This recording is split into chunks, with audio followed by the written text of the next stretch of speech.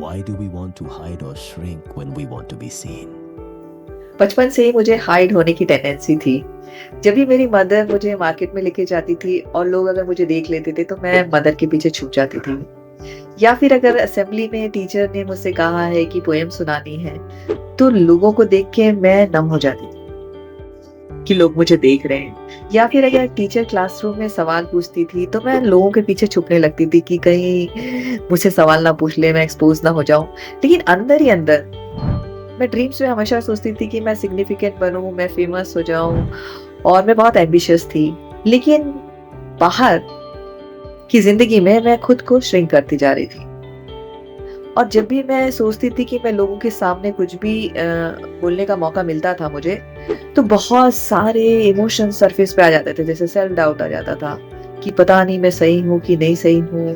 Perfectionism या control आ जाता था कि जो भी मैं कर रही हूँ तो उसको मैं रट के और परफेक्ट तरीके से करना है ताकि कोई जज ना कर सके।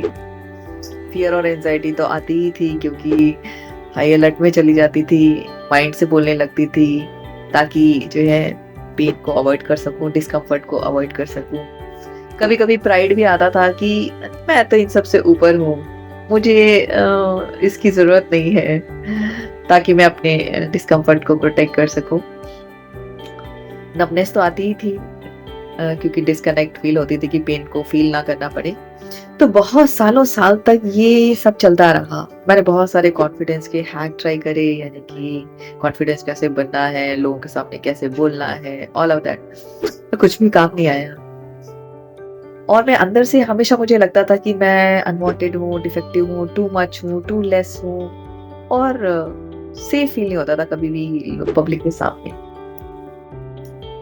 तो काफ़ी समय बाद मैंने रियलाइज़ किया कि ये जो सारे मेरे डिफेंसेस हैं, चाहे वो सेल्फ डाउट के फॉर्म में हो, एंगर के फॉर्म में हो, कंट्रोल के फॉर्म में हो, फ़ियर के फॉर्म में हो, एंग्ज़ायटी के फॉर्म में हो, नमनेस के फॉर्म में, ये सारे मुझे प्रोटेक्ट करते रहे हमेशा से। और ये एक सर्वाइवल की इंटेलिजेंस है। ये कोई बेकार की चीज़ नहीं है, यानी कि ये कोई ऑब्स्टिकल नहीं है, ये डोरवे था। तो मैंने जब समझा इसकी इंटेलिजेंस को, तो मैंने इसको अपने सिस्टम से हटाया नहीं बल्कि इसको इंटीग्रेट किया और समझने की कोशिश करी कि ये ऐसा क्यों कर रहा है, क्योंकि वो हमेशा मेरे शेम को प्रोटेक्ट कर रहा था। तो जब मैंने अपने शेम को विटनेस किया और ये सारे डिफेंस को मैंने इंटीग्रेट किया, तब मेरा जो चार्ज है और मेरे डिफेंस है वो धीरे-धीरे सॉफ्ट होने लगे।